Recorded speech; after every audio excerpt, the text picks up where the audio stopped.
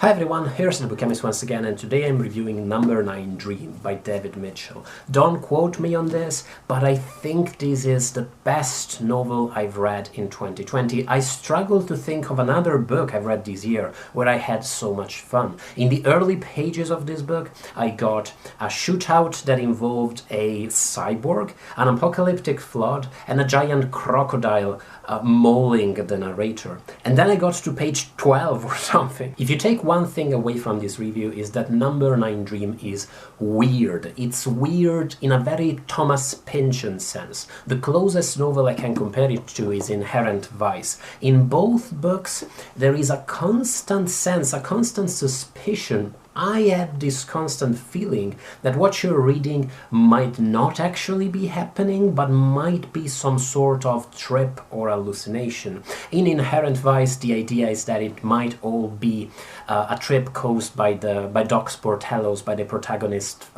penchant for marijuana. In Number 9 Dream, the idea is that you're never quite certain whether what you're reading is part of a dream sequence, either of the daydream variety or of the nightly kind, or not. And I understand that this sounds awful and confusing, but it really isn't. Number 9 Dream is not puzzling as much as it keeps your imagination always on edge and keeps you constantly interested in cracking the mystery at the heart of the narrative. To put it differently, Number 9 Dream is Inception, the movie, but exploded to paint dreamscapes of awesome proportions and to explore the blurry boundaries between different ontologies, between waking consciousness and oniric consciousness, to explore all of these paradoxical states in a way that only literature can, because it approximates the mechanisms of our minds and the inner workings of human beings in ways that other art forms just can't. To put it differently, comparing Number 9 Dream to Inception, which is an excellent movie, at least I like it very much, is like comparing going on a roller coaster with holding a black and white picture of a roller coaster. But dreams are tricky. They're very trippy, they're often inconsequential, very often they go nowhere, which is why they, generally speaking, make for very bad narrative. That's the reason why H.P. Lovecraft's The Dream Quest of Unknown Kadath, one of the most successful oniric narratives I've ever read, the greatest story in mirroring the processes, the thought processes we experience in dreams, is at once awesome and plain boring.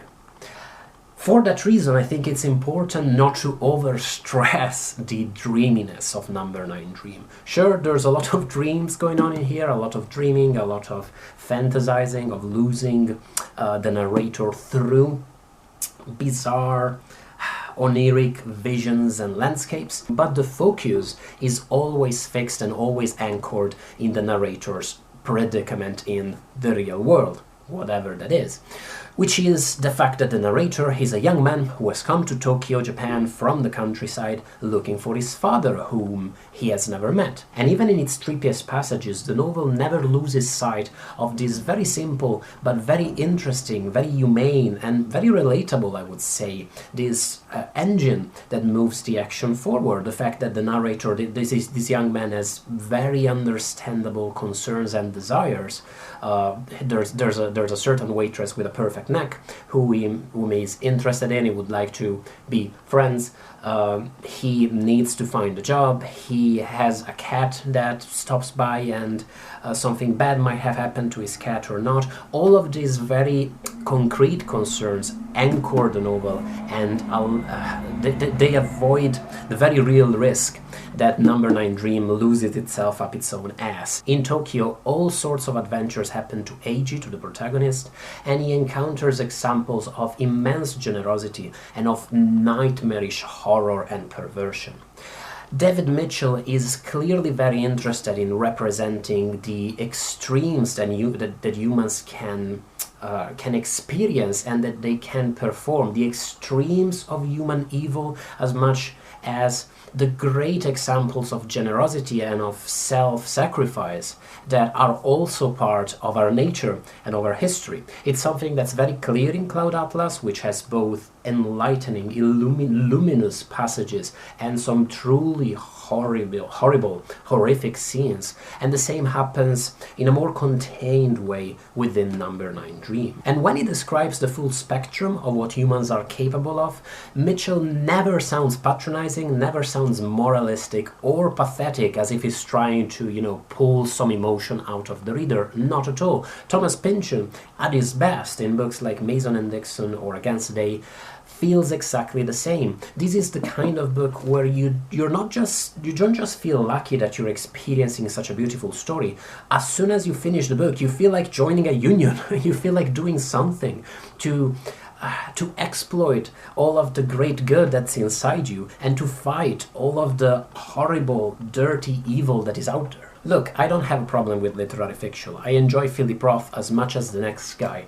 But something that often disappoints me with plain, straightforward literary fiction by the numbers is that it feels to me like talented writers have access to this magnificent engine that has no comparison, which is storytelling. By tapping into your reader's imagination, you can create whatever you want. You can create all sorts of realities and magnificent scenarios and worlds and creatures and characters and people.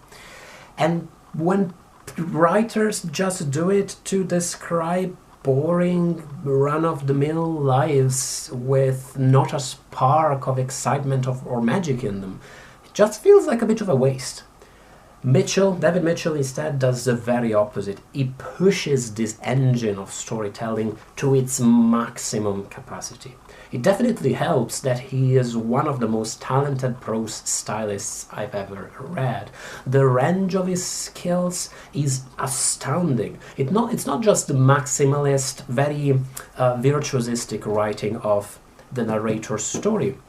It's the way this writing is interspersed with passages from the diary of a Japanese suicide pilot from World War II, or with the fabulistic tale the narrator finds in an attic with all of its alliterative passages and all of its mysterious chicken and goat characters. The way all of these different styles and tones of writing are mixed within a single novel, and not even a very long one at that, it's just simply incredible. Even my favorite stylists, Michael Chabon and Thomas Pynchon, cannot really swap styles so easily within a single work of fiction, the way Mitchell does in Number 9 Dream. David Mitchell really is the Megadeth of writing. He creates this truly complicated, beautifully baroque passages and sentences, but at the same time they don't feel forced. They don't feel like the guy was sitting there with a thesaurus looking for abstruse words. They just flow very, very naturally. Now, the dreamy, inconclusive nature of some strands of the novel will not go down easily with some readers, and I'm going to post a link in the description box to the London Review of Books review of Number 9 Dream, which is a scathing review. The guy really disliked the book very much. I recently read The New Life by Orhan Pamuk, which is easily the worst book I've read in so many years, possibly in the last, 5-10 years. It's really bad, because it's another dreamy book where it's sometimes difficult to understand the ontological nature of what you're reading. It's another book that on paper is supposed to be awesome and Pynchonian and weird and thrilling, but then really failed to deliver on any possible level, if you ask me. And the reason why I mention this is that I feel that to some readers, Number 9 Dream will be that book. To some readers, all of the things Number 9 Dream tries to do won't be enough. That they won't care enough about the protagonist, that they won't be thrilled enough by the action-packed and fantastical dream passages. Some people are just not going to like the book. If I look at reviews out there, it feels like several people had issues with Number 9 Dream. But the only way I can describe how much I enjoyed this book is by talking about my writing. I never do that on my channel, mostly because there's not much to say, but I would like one day to be a writer. I write every day. I've been writing every day since I was a teenager.